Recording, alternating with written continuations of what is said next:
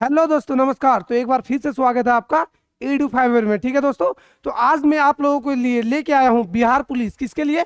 Bihar police सिपाही जो new भर्ती आई है उससे रिलेटेड जीके जीएस का जो क्वेश्चंस है। कौन सा सब्जेक्ट का? जियोग्राफी सब्जेक्ट का। कौन सा सब्जेक्ट का? जियोग्राफी सब्जेक्ट का, जो बहुत ही ज्यादा इंपॉर्टेंट है दोस्तों। और एग्जाम में इस टाइप के क्वेश्चन बार बार पूछे जा चुके हैं। मैं उन्हीं सारे सेलेक्टेड क्वेश्चन को लेके आया हूं दोस्तों। तो जुड़ जाइए दोस्तों, अगर आप बिहार पुलिस की वैकेंसी को लेना चाहते हैं तो आप जल्द से जल्द जुड़ जाइए एडू फाइवर में। ठीक है दोस्तों, तो चलिए शुरुआत करते हैं पहले नंबर प्रश्न से। ठीक है, देखिए पहला नंबर प्रश्न क्या पूछा गया है दोस्तों। देखिए, भारत के धान के प्रदेश, ठीक है, खाली जगह सेंटीमीटर से अधिक वर्षा वाले क्षेत्रों में होते हैं। देखिए, धान को, धान का जो उत्पादन होता है ना, उसको उत्पादन करने के लिए वर्षा कितना से कितना तक चाहिए? यानी कि 100 सेंटीमीटर से ज्यादा चाहिए। कितना? 100 सेंटीमीटर से ज्यादा चाहिए। तो आपका राइट आंसर क्या होगा?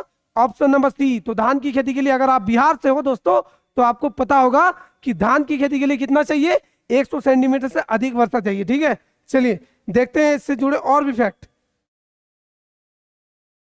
देखिए, यहाँ पे देश के खाद्य फसलों में चावल का प्रथम स्थान आता है। देखिए, हमारे देश में खाद्य फसलों का सबसे पहला स्थान किसका आता है? चावल का, पेड़ी का। ठीक है, और भारत के धान के प्रदेश 100 सेंटीमीटर से अधिक वर्षा वाले क्षेत्रों में स्थित है। अभी क्या बताया मैंने कि धान की खेती वहीं पे होती है जहां 100 सेंटीमीटर से ज्यादा वर्षा होती है। ठीक है, साथ ही वस्तु तो 100 सेंटीमीटर की समवर्षा रेखा भारत के दो भागों में विभाजित कर दी। कितने भागों में? दो भागों में विभाजित करती है, जिसके पूर्व में धान और पश्चिम में गेहूं की कृषि होती है। पूर्व में धान और पश्चिम में गेहूं। पश्चिम कहाँ पे? आप चले जाइए हरियाणा, पंजाब, वहां पे आपको गेहूं ही गेहूं मिलेगा। आप चले जाइए पूर्व में, कहाँ पे? पश्चिम बंगाल, बिहार, यूपी, यहाँ पे आपको क्या मिलेगा? धान ही धान मिलेगा भाई। ठीक है, चलिए देखते हैं अगला प्रश्न। देखिए, अगला प्रश्न क्या पूछ रहा है। देखिए, अगला प्रश्न ध्यान से देखिए दोस्तों, क्या पूछ रहा है। निम्नलिखित में से कौन सी नदी अपना रास्ता बदलते रहने के लिए प्रसिद्ध है? देखिए, पूरे बिहार को अगर कोई नदी तंग करके रखता है तो वो नदी कौन सी है? कोसी नदी। कौन सी नदी है? कोसी नदी। बिहार का शोक कोसी नदी, बहुत ज्यादा बाढ़ लाती है दोस्तों। ठीक है, कौन सी नदी हो गया? कोसी नदी। ठीक है, ये नदी जो है ना, इतना मार्ग बदलती है ना कि क्या बताएं, बहुत ज्यादा मार्ग बदलती है। ठीक है, चलिए इससे जुड़े और भी फैक्ट देख लेते हैं हम लोग। देखिए, इससे जुड़े और भी फैक्ट में क्या क्या है कि कोसी एक पूर्ववर्ती नदी है। कोसी एक पूर्ववर्ती नदी है। इसकी मुख्य धारा अरुण एवरेस्ट चोटी के उत्तर में तिब्बत से निकल रही। देखिए, अरुण, ये इसकी क्या है? मुख्य धारा है किसकी? कोसी नदी की। ठीक है, और ये कहां से निकलती है?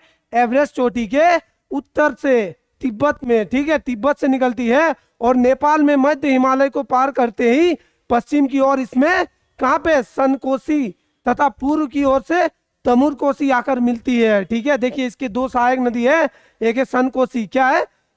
देखिए, सनकोसी, और दूसरा क्या है? तमुर कोसी।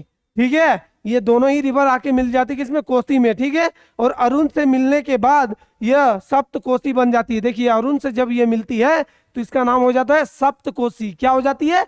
सप्त कोसी। ठीक है, और प्राय मार्ग बदलने की प्रवृत्ति के कारण इसे बिहार का शोक भी कहा जाता है। ये इतना मार्ग बदलती है ना ये नदी, तो इसको क्या बोला जाता है? बिहार का शोक, क्योंकि बाढ़ सबसे ज्यादा कौन लाती है?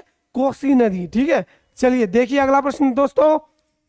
देखिए, अगला प्रश्न क्या पूछा गया है कि भारत की निम्न नदियों में से कौन सी नदी डेल्टा नहीं बनाती है? बताइए, कौन कौन सी नदी डेल्टा बनाएगी और कौन कौन सी नदी नहीं बनाएगी।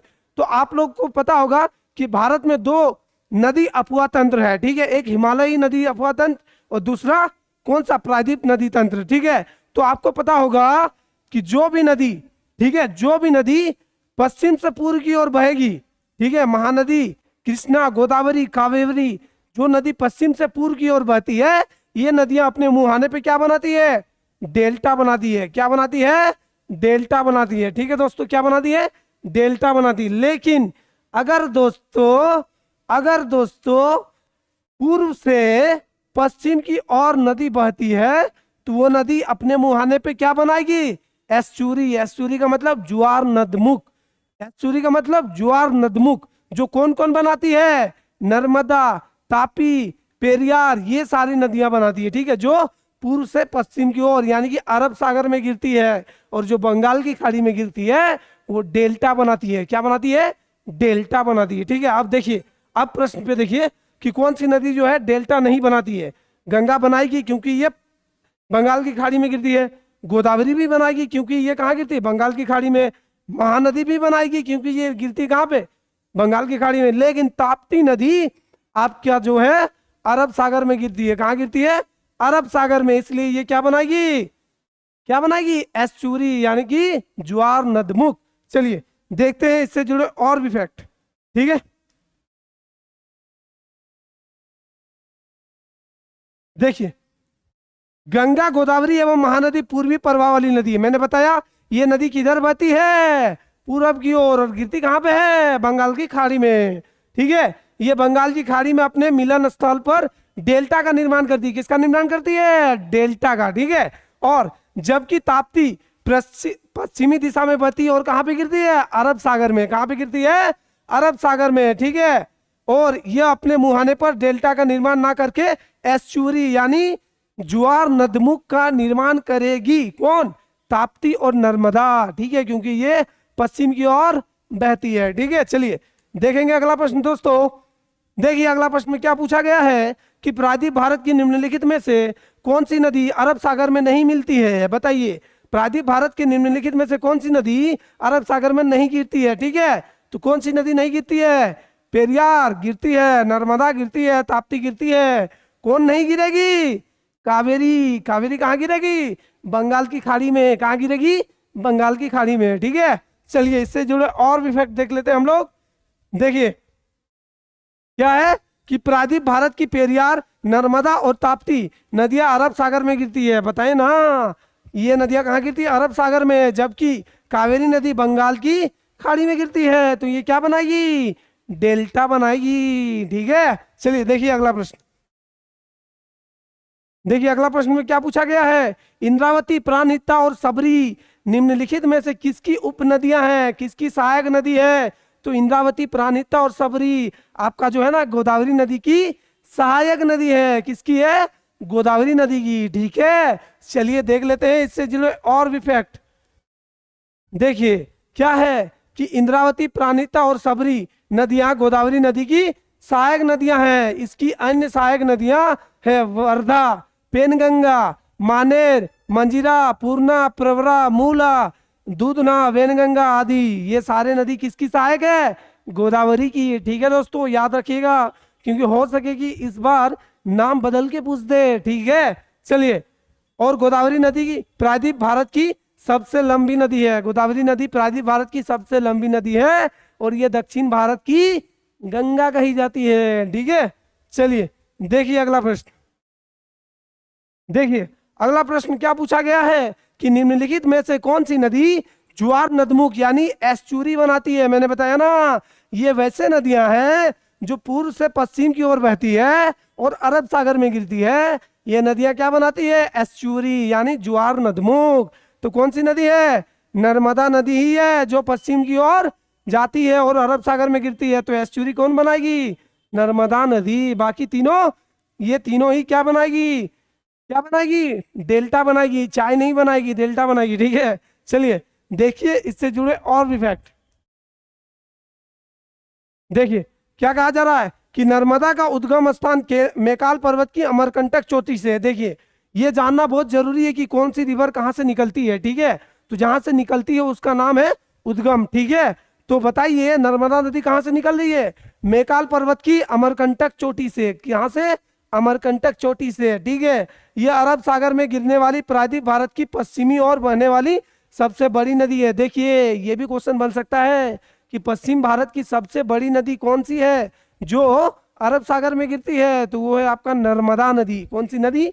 नर्मदा नदी। साथ ही यह भ्रंश घाटी से होकर प्रवाहित होती है। ये नदी अपने मुहाने पर डेल्टा की जगह एस्चुरी बनाती है यानी कि ज्वार नदमुख बनाती है। ठीक है दोस्तों, चलिए देखिए अगला प्रश्न।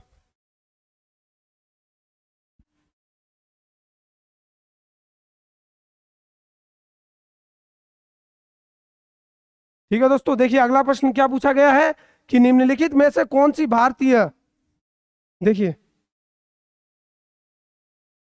पूछा गया कि निम्नलिखित में से कौन सी भारतीय नदी पश्चिम की ओर बहती है तथा अरब सागर में गिरती है। देखिए इनमें से कौन सी नदी पश्चिम की ओर बहती है और कहाँ गिरती है, अरब सागर में। तो कौन है, नर्मदा नदी ही तो है जो अरब सागर में गिरती है। ठीक है दोस्तों, चलिए बाकी तीनों कहाँ गिरती है, बंगाल की खाड़ी में। चलिए इससे जुड़े और भी फैक्ट देखेंगे हम लोग। देखिए सेम फैक्ट है कि नर्मदा नदी जो है पश्चिम की ओर बहती है तथा अरब की सागर में गिरती है। नर्मदा नदी अमरकंटक पहाड़ी से निकलती है और अन्य नदियां यथा गंगा, महानदी और गोदावरी पूर्व की ओर बहती है और कहाँ गिरती है, बंगाल की खाड़ी में। कहाँ गिरती है, बंगाल की खाड़ी में। ठीक है, चलिए देखिए अगला प्रश्न। देखिए अगला प्रश्न पूछा गया है कि विजयवाड़ा किस नदी के किनारे स्थित है। तो बताइए विजयवाड़ा कहाँ है, आंध्र प्रदेश में। कहाँ है, आंध्र प्रदेश में। तो ये किस नदी के किनारे है, कृष्णा नदी। कौन सी नदी, कृष्णा नदी। ठीक है, चलिए देखिए इससे जुड़े और भी फैक्ट। देखिए विजयवाड़ा आंध्र प्रदेश के कृष्णा जिले में कृष्णा नदी पर स्थित है। किस नदी पर स्थित है, कृष्णा नदी पर। और विजयवाड़ा किस राज्य में, आंध्र प्रदेश। कहाँ पे है, आंध्र प्रदेश। ठीक है, चलिए देखिए अगला प्रश्न।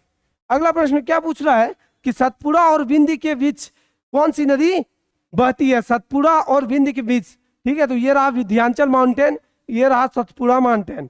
तो इसके बीच में एक नदी जा रही है जिसका नाम है नर्मदा। क्या नाम है, नर्मदा नदी। ठीक है, जो इन दोनों के बीच में जा रहा है। ठीक है, चलिए देखिए इससे जुड़े और भी फैक्ट। देखिए सतपुड़ा एवं विंध्य श्रृंखला के मध्य पूर्व से पश्चिम की ओर नर्मदा नदी प्रवाहित होती है। कौन सी नदी, नर्मदा नदी। ठीक है, चलिए देखिए अगला प्रश्न। देखिए अगला प्रश्न क्या पूछा है कि निम्नलिखित में से किस नदी का संबंध पंजाब से नहीं है। देखिए दोस्तों 5 नदियों का पृष्ठभूमि को पंजाब कहते हैं।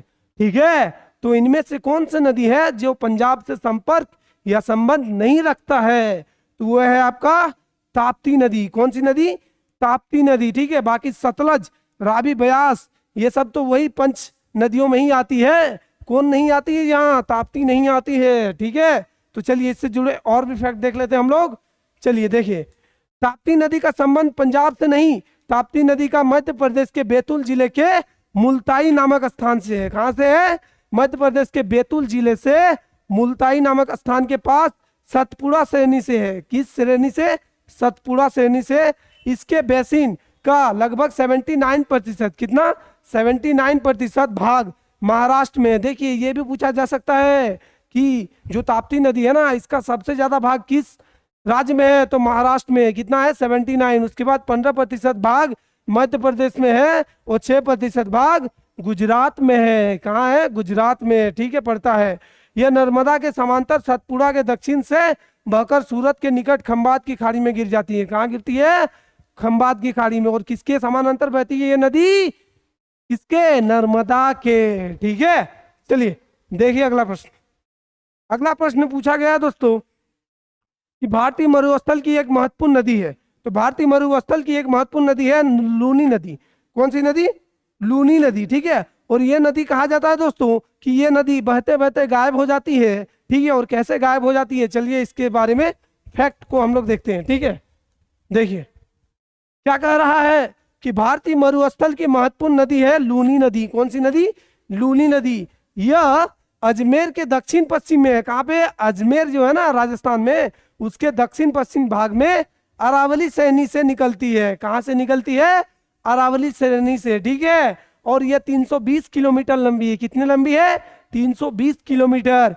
तथा कच्छ के रण में विलुप्त हो जाती है। कच्छ का रण यानी कि यह भी एक मरुस्थल है जो कहाँ है, गुजरात में। ठीक है, और इसकी प्रमुख सहायक नदी है सरस्वती, बूंदी, सुकरी और जवई आदि। ठीक है, तो इसकी सहायक नदी बहुत ज्यादा इंपॉर्टेंट है दोस्तों, पूछी जा सकती है कि निम्न में से कौन सी नदियां इसकी सहायक नदियां हैं। जोड़ा मिलाइए। ठीक है, मिलान चिन्ह दे देता है। ठीक है, एक तरफ सारी मुख्य नदियां और दूसरी तरफ उसकी सहायक नदियां। ठीक है, तो लूनी नदी की सहायक नदी कौन कौन है, सरस्वती, बूंदी, सुकरी और जवई। ठीक है, चलिए देखते हैं अगला प्रश्न। देखिए अगला प्रश्न में पूछा गया है दोस्तों कि मांजुली संसार का सबसे बड़ा नदी द्वीप है, ये किस राज्य में स्थित है। तो मांजुली जो द्वीप है ना, ये किस राज्य में स्थित है। ठीक है, तो चलिए देखते हैं मांजुली द्वीप किस नदी पे है। सबसे पहले बताइए किस नदी पे है, मांजुली द्वीप जो है ना ये आपका ब्रह्मपुत्र नदी पे है। किस नदी पे है, ब्रह्मपुत्र नदी पे। ठीक है, तो देखिए इससे जुड़े और भी फैक्ट। देखिए ये जो है ना ब्रह्मपुत्र नदी पे, और इसका नाम जो है ना माजुली, ये किस राज्य में है? तो ये आपका असम राज्य में है। किस राज्य में है? असम में है। ठीक है, देखिए जब ब्रह्मपुत्र नदी भारत में इंटर करती है तो उससे पहले ब्रह्मपुत्र नदी का नाम क्या होता है? तिब्बत में सांगपो। लेकिन जब वो अरुणाचल प्रदेश घुसती है तो उसका नाम हो जाता है दियांग दिबांग, क्योंकि ये दो नदियां उससे आके मिलती है। और जैसे ही ब्रह्मपुत्र नदी, दियांग दिबांग नदी घुसती कहाँ? असम, तो उसका नाम हो जाता है ब्रह्मपुत्र। क्या हो जाता है? ब्रह्मपुत्र। और यहीं पे उस दुनिया के सबसे बड़ी नदी डेल्टा, ठीक है, जो द्वीप है वो पाई जाती है मांजुली। ठीक है, विश्व का सबसे बड़ा नदी द्वीप है। अपरदन की समस्या से ग्रस्त इस द्वीप का वर्ष 1914 से 2008 94 वर्षों के मध्य तक लगभग 227.43 वर्ग किलोमीटर क्षेत्र अपरदित हो चुका है। मतलब द्वीप के बीचों बीचों जो भाग है ना वो अपरदित होते जा रही है बार बार। ठीक है, चलिए देखिए इससे जुड़े। चलिए नेक्स्ट क्वेश्चन। नेक्स्ट क्वेश्चन क्या पूछा गया दोस्तों कि साइलेंट वैली स्थित है। साइलेंट वैली नेशनल पार्क है। ठीक है, तो ये कहाँ पे है? केरल में है। कहाँ पे है दोस्तों? केरल में। ठीक है, देखते हैं इससे जुड़े और भी फैक्ट। देखिए क्या है कि केरल स्थित शांत घाटी यानी कि साइलेंट वैली एकदम शांत, ठीक है, अपनी जैव विविधता के लिए जानी जाती है। किसके लिए जानी जाती है? अपनी जैव विविधता के लिए। ठीक है, और इस घाटी में उष्णकटिबंधीय वर्षा वन पाए जाते हैं। क्या पाया जाता है? उष्णकटिबंधीय वर्षा वन। ठीक है, और यहाँ की लकड़ियां कठोर होती है। लकड़ियां जो होती है ना क्या होती है? कठोर यानी स्ट्रांग, मजबूत होती है। ठीक है, यह जैव विविधता के लिए सर्वाधिक प्रसिद्ध है। क्या है? जैव विविधता के लिए सर्वाधिक प्रसिद्ध है। ठीक है, और यहाँ पादपों तथा प्राणियों की दुर्लभ प्रजातियां पाई जाती है। यहाँ पे पादपों और प्राणियों की दुर्लभ प्रजातियां भी पाई जाती है। ठीक है दोस्तों, ये सारे फैक्ट याद रखिएगा, इससे रिलेटेड भी क्वेश्चन पूछ सकता है। ठीक है, चलिए देखिए अगला प्रश्न। देखिए अगला प्रश्न में पूछा गया है दोस्तों कि किस राज्य में राष्ट्रीय उद्यान valley of flowers, valley of flowers जो नामक राष्ट्रीय उद्यान है ये किस राज्य में है? उत्तराखंड। किस राज्य में है? उत्तराखंड में। ठीक है, चलिए देखिए इससे जुड़े। वैली ऑफ फ्लावर्स राष्ट्रीय उद्यान उत्तराखंड राज्य में स्थित है। यह राष्ट्रीय उद्यान इसी राज्य में स्थित है। नंदा देवी राष्ट्रीय उद्यान का विस्तार है। किसका? नंदा देवी, राजा जी। ठीक है, ये सारे राष्ट्रीय उद्यान कहाँ पे है? उत्तराखंड में है। कहाँ है? उत्तराखंड, उत्तराखंड में। और जिम कॉर्बेट भी उत्तराखंड में ही है। ठीक है दोस्तों, तो चलिए देखते हैं अगला प्रश्न। देखिए अगला प्रश्न में क्या पूछा गया है कि क्षेत्रफल की दृष्टि से निम्नलिखित भारतीय राज्यों में से सबसे अधिक वन आच्छादन किस राज्य में है? यानी कि सबसे अधिक वन आच्छादन किस राज्य में है क्षेत्रफल की दृष्टि से? मध्य प्रदेश। कौन सा राज्य? मध्य प्रदेश में है। ठीक है, चलिए देखते हैं इससे जुड़े फैक्ट। देखिए वन रिपोर्ट 2005 जो प्रश्नकालीन है, ठीक है, में मध्य प्रदेश सबसे अधिक वन आच्छादन वाला राज्य है। मध्य प्रदेश सबसे अधिक वन आच्छादन वाला राज्य है। जबकि वन स्थिति रिपोर्ट 2017 के अनुसार कुल वनावरण के संदर्भ में सर्वाधिक क्षेत्रफल वाले राज्यों का क्रम निम्न अनुसार है। देखिए 2017 के अनुसार Madhya Pradesh first, second Arunachal Pradesh, third Chhattisgarh, fourth number पे ओडिशा और 5 नंबर पे महाराष्ट्र। ठीक है, कुल वन आवरण के संदर्भ में सर्वाधिक प्रतिशत वाले राज्य हैं मिजोरम। देखिए सबसे ज्यादा परसेंटेज के हिसाब में सबसे पहला राज्य है मिजोरम, सेकंड में अरुणाचल प्रदेश, अरुणाचल प्रदेश सेकंड में, और थर्ड में मणिपुर, और फोर्थ में है मेघालय, और फिफ्थ में नागालैंड। ठीक है, ये सब परसेंटेज बेस्ड है 2017 यानी 2017 के डाटा के बेस पे। ठीक है, चलिए देखिए अगला प्रश्न। अगला प्रश्न पूछा गया है कि भारत में सबसे बड़े क्षेत्र में फैले हुए वन कौन से हैं? सबसे बड़े क्षेत्र में वन फैले हुए कौन से वन है? देखिए भारत में सबसे ज्यादा कौन सा वन पाया जाता है? भारत तो जो दक्षिण भारत है ना वो हमारा किस में आता है?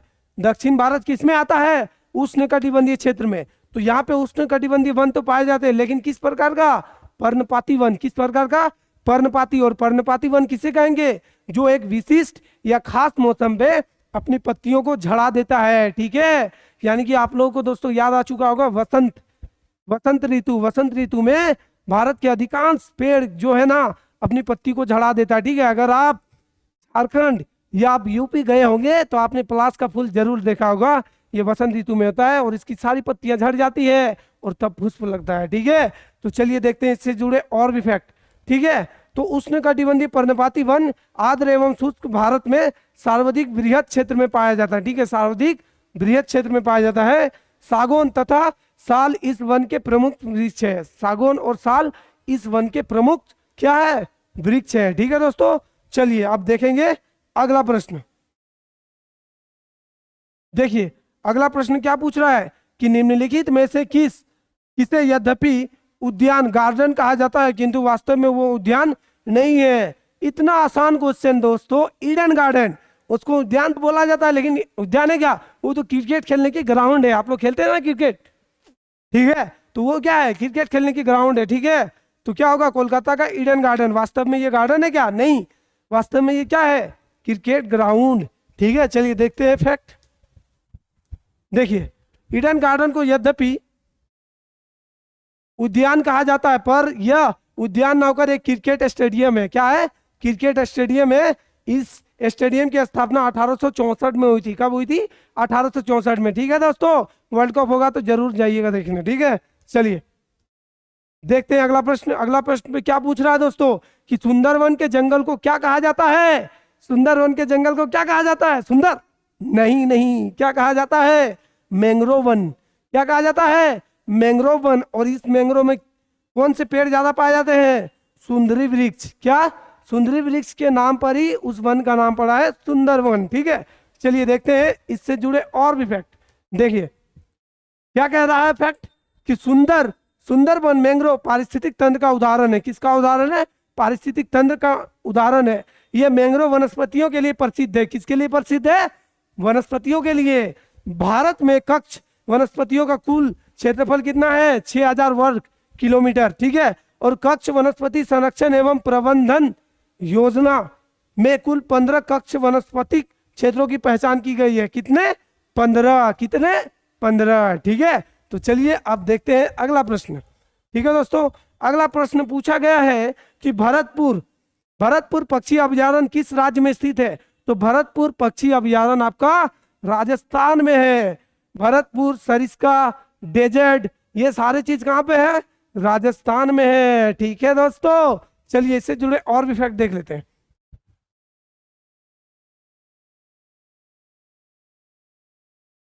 ठीक है, तो ये कहाँ है, राजस्थान में। ठीक है, चलिए अब नेक्स्ट क्वेश्चन देखेंगे हम लोग। देखिए 20 नंबर क्वेश्चन, इसमें क्या पूछा गया है कि हरियाणा में सुविख्यात पक्षी विहार कौन सा है। हरियाणा में इनमें से कौन सा पक्षी विहार है, तो सुल्तानपुर।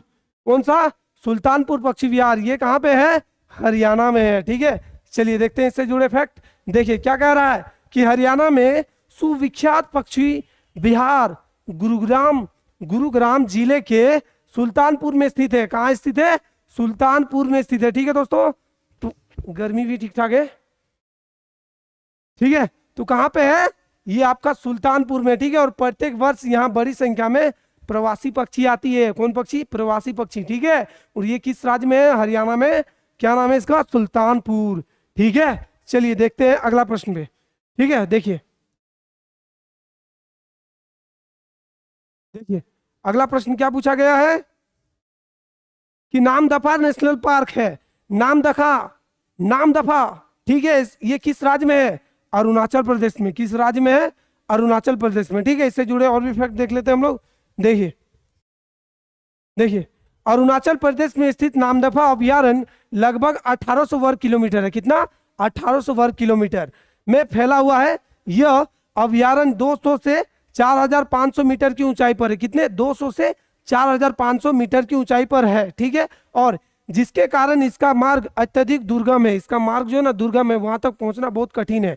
ठीक है, इस अभयारण्य में वास करने वाले प्रमुख पशु है बाघ, चीता, लामचीता और सा। ठीक है, बाघ, चीता, लामचीता और सा है जो इस अभयारण्य में पाए जाते हैं। ठीक है, चलिए आप देखते हैं नेक्स्ट प्रश्न। ठीक है, देखिए दोस्तों गर्मी का दिन है, गर्मी भी बहुत ज्यादा है। ठीक है, तो हम लोग छोड़ेंगे नहीं आज इसको। ठीक है, सारे प्रश्न को एकदम डील कर देना है एकदम आसान तरीके से। ठीक है, तो देखिए अब नेक्स्ट प्रश्न क्या पूछ रहा है।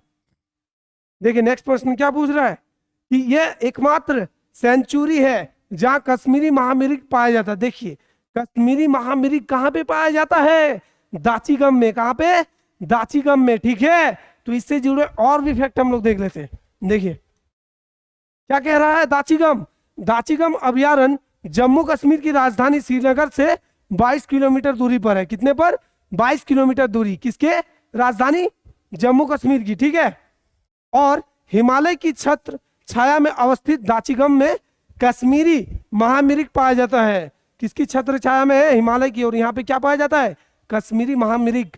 और इस अभयारण्य के सिवाय संपूर्ण भारत में कहीं भी हुंगल प्रजाति के हिरणों का अस्थायी आश्रय स्थल नहीं है। बहुत इंपॉर्टेंट है दोस्तों ये अभयारण्य दाचिगम, ठीक है, क्योंकि हुंगल प्रजाति जो है और हिरणों का अस्थायी आश्रय स्थल नहीं है दुनिया में और कहीं इसके सिवा, ठीक है। चलिए ये फैक्ट याद रखिएगा। अब देखते हैं नेक्स्ट प्रश्न पे। देखिए नेक्स्ट प्रश्न क्या पूछा गया है दोस्तों कि प्रसिद्ध गिर वन कहाँ स्थित है? तो गिरजा ये कहाँ पे है? गुजरात में है। गिर राष्ट्रीय उद्यान पढ़े होंगे आप लोग। ये कहाँ पे? गुजरात में। किसके लिए फेमस है? एशियाई शेरों के लिए। किसके लिए? एशियाई शेरों के लिए, ठीक है। देखिए इससे जुड़े फैक्ट देख लेते हैं। क्या बोल रहा है कि भारत के गुजरात राज्य में स्थित गिर बायोस्फीयर रिजर्व सिंह यानी शेरों के लिए प्राकृतिक पर्यावास है। किसके लिए बोले? शेरों के लिए, ठीक है, शेरों के लिए। किसके लिए? शेर, देखा ना, लायन दांत निकालता है, ठीक है। चलिए देखते हैं अगला प्रश्न। अगला प्रश्न में क्या पूछा गया है कि निम्नलिखित का मिलान कीजिए। क्या करना है? मिलान करना। देखिए मिलान करते हैं कैसे। काजीरंगा राष्ट्रीय उद्यान, वहां पे क्या पाया जाता है? एक सिंग वाला गेंडा। क्या पाया जाता है? एक सिंग वाला गेंडा। मिलान कर देते हैं। 2 का ए, तो 2 का ए कहाँ पे है? 2 का ए यहाँ पे है, ठीक है। और पूछा गया है गिर राष्ट्रीय उद्यान, तो गिर में तो शेर पाया जाता है और कान्हा में बाघ पाया जाता है, ठीक है। 2 का ए, 3 का सी, 3 का सी और 1 का बी। तो आपका ऑप्शन नंबर बी क्या हो गया? राइट आंसर हो गया, ठीक है। देखते हैं इससे जुड़े और भी फैक्ट। देखिए क्या है कि कान्हा कहाँ है? कान्हा में बाघ पाया जाता है, काजीरंगा में गेंडा पाया जाता है और गिर में शेर पाया जाता है, ठीक है। चलिए देखिए अगला प्रश्न। देखिए अगला प्रश्न क्या पूछ रहा है? मानस पशु विहार किस राज्य में स्थित है? मानस किस राज्य में है? तो मानस जो है आपका असम में है। कहाँ है? असम में है, ठीक है दोस्तों। मानस कहाँ है आपका? असम में, ठीक है। चलिए इससे जुड़े फैक्ट देख लेते हैं। बहुत गर्मी है दोस्तों, ठीक है, लेकिन हम लोगों को क्वेश्चन छोड़ना ही नहीं, सारे प्रश्न को हल करना है, ठीक है। चलिए कोई बात नहीं। देखिए मानस पशु विहार ये कहाँ पे है? असम में। कहाँ पे? असम में। और भी है, काजीरंगा भी है, दीपोर बिल भी है, ठीक है। ये सारे कहाँ पे? असम में। तो मानस पशु विहार असम राज्य में स्थित है। कहाँ है? असम राज्य में। और साथ ही इस विहार से होकर मानस नदी प्रवाहित होती है। कौन सी नदी? मानस रिवर जो ना इसी रास्ते से जाती है, इसलिए इसका नाम रखा गया मानस पशु विहार, ठीक है। यह एक राष्ट्रीय पार्क है। क्या है? यह एक राष्ट्रीय पार्क है। साथ ही एवं यूनेस्को विश्व विरासत सूची स्थल में शामिल भी है मानस, ठीक है। कहाँ पे है? यूनेस्को का जो विश्व विरासत सूची है ना, उस लिस्ट में भी नाम है किसका? मानस का, ठीक है दोस्तों। तो चलिए आप बढ़ते हैं अगले प्रश्न पर। देखिए अगला प्रश्न क्या पूछ रहा है कि ब्रह्मांड में सबसे प्रचुर तत्व कौन सा है? बताइए ब्रह्मांड में सबसे प्रचुर मात्रा में कौन सा तत्व है? हाइड्रोजन है। कौन सा तत्व है? हाइड्रोजन है, ठीक है। चलिए देखते हैं इससे जुड़े और भी फैक्ट। देखिए ब्रह्मांड में सबसे प्रचुर मात्रा में पाया जाने वाला तत्व हाइड्रोजन है, ठीक है। क्या है? हाइड्रोजन है। साथ ही ब्रह्मांड के अधिकांश नवोदित तारे भी अधिक मात्रा में हाइड्रोजन युक्त होते हैं, अधिक मात्रा में हाइड्रोजन युक्त होते हैं, जिसके संलयन में इनमें उष्मा तथा प्रकाश उत्पन्न होता है। इसके संलयन में क्या होता है? उष्मा तथा प्रकाश उत्पन्न होता है, ठीक है। संलयन मतलब क्या है? जब दो चीज आपस में आगे जुड़ जाता है और एक नया चीज बनाएगा, और विखंडन में दोनों अलग होता है, ठीक है। और ब्रह्मांड में हीलियम दूसरे नंबर पर प्रचुर मात्रा में, यानी कि सबसे पहले ब्रह्मांड में सबसे ज्यादा पाया जाने वाला तत्व हाइड्रोजन और दूसरे स्थान पे हीलियम। कौन? हीलियम, ठीक है। चलिए देखिए अगला प्रश्न। देखिए अगला प्रश्न क्या पूछा है कि आकाशगंगा मंदाकिनी सबसे पहले देखी थी। आकाशगंगा मंदाकिनी सबसे पहले किसने देखी थी? गैलीलियो ने। किसने देखी थी? गैलीलियो ने, ठीक है। चलिए देखते हैं अगला प्रश्न। देखिए सबसे पहले ये जो है ना, किसने देखा था इस गैलेक्सी को? गैलीलियो ने देखा था। किसने देखा था? गैलीलियो ने देखा था, ठीक है।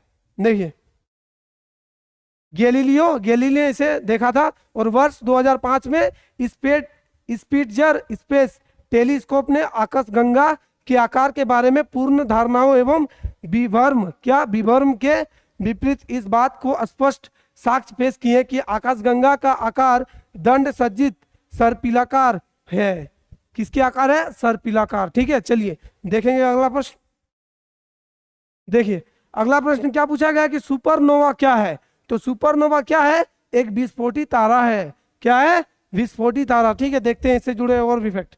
ठीक है दोस्तों, गर्मी भी बहुत ज्यादा है आज, लेकिन हम लोग को सारे प्रश्न सॉल्व करके जाना है। ठीक है, देखिए अगला प्रश्न, सुपरनोवा क्या है? विस्फोटी तारा है। ठीक है, तो देखिए इससे जुड़े और भी फैक्ट। देखिए सुपरनोवा एक विस्फोटी तारा का उदाहरण है। किसका तारा का?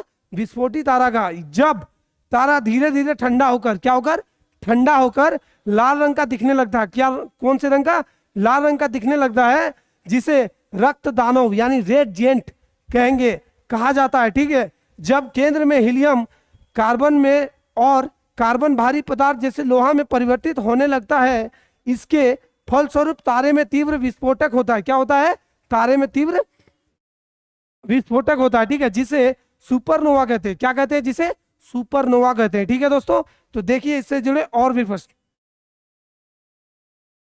देखिए नेक्स्ट क्वेश्चन क्या है कि पृथ्वी के समीप पाए जाने वाली वायुमंडल परत को क्या कहते हैं? तो पृथ्वी के सबसे नजदीक में पाए जाने वाले वायुमंडल को क्या कहते हैं? क्षोभ मंडल। क्या कहते हैं? क्षोभ मंडल। उसका इंग्लिश नाम क्या हो गया? ट्रोपोस्फेयर। क्या बोलेंगे? ट्रोपोस्फेयर बोलेंगे। ठीक है दोस्तों, एक मिनट, सॉरी। देखिए उसको क्या बोलेंगे? ट्रोपोस्फेयर। ठीक है, अब इससे जुड़े और भी जानकारी हम लोग देख लेते हैं। देखिए ट्रोपोस्फेयर। ठीक है, अब चलते हैं नेक्स्ट प्रश्न। देखिए नेक्स्ट और इस सेट का आखिरी प्रश्न है। ठीक है, किसके ऊपर ताप तीव्रता पूर्वक बढ़ता है? बताइए किसके ऊपर, यानी कि वायुमंडल का कौन सा ऐसा परत है जिसके ऊपर जाने से ताप जो है बढ़ता जाता है? ठीक है, तो वो परत है आपका कौन सा? आयन मंडल। कौन सा मंडल? आयन मंडल। ठीक है दोस्तों, तो ये रहे दोस्तों आपके इंपॉर्टेंट प्रश्न जो आपके बिहार भर्ती परीक्षा यानी कि जो सिपाही परीक्षा है उससे रिलेटेड है। और ये प्रश्न वही सारे प्रश्न है जो बार बार पूछा जा चुका है। ठीक है दोस्तों, उन्हीं सेलेक्टेड प्रश्न को मैं करवा रहा हूं और बहुत ही अच्छे और सटीक तरीके से करा रहा हूं। देखिए इससे जुड़े फैक्ट भी देख लेते हैं हम लोग। देखिए क्या कह रहा है कि आयन मंडल के ऊपर ताप तीव्रता पूर्वक बढ़ता है। ठीक है, और आयन मंडल ताप मंडल का एक भाग है। आयन मंडल जो है किसका भाग है? ताप मंडल का एक भाग है। ठीक है दोस्तों, तो ये थे आपके 30 प्रश्न जो आपके एग्जाम में इस बार दिख सकते हैं और दिखेंगे भी। ठीक है, क्योंकि ये प्रश्न मैंने उन सेलेक्टिव प्रश्न को ही रखा है जो एग्जाम में बार बार पूछा जा चुका है। ठीक है दोस्तों, तो आप हमारे चैनल एडू फाइबर से जुड़ जाइए और हमारे चैनल को लाइक, कमेंट, शेयर और सब्सक्राइब जरूर करें। और जी हाँ दोस्तों, ये जरूर बताएं कि आपको कौन सा प्रश्न सबसे अच्छा लगा और कौन सा प्रश्न सबसे भारी लगा। ये चीज कमेंट करके जरूर बताएं। ठीक है, तब तक के लिए मिलते हैं अगले वीडियो में। ठीक है दोस्तों, गर्मी भी बहुत है और देख ही रहे हैं आप लोग, पसीना पसीना हो गए हैं पूरी तरह से। ठीक है, तो मिलते हैं अगले प्रश्न में। जय हिंद।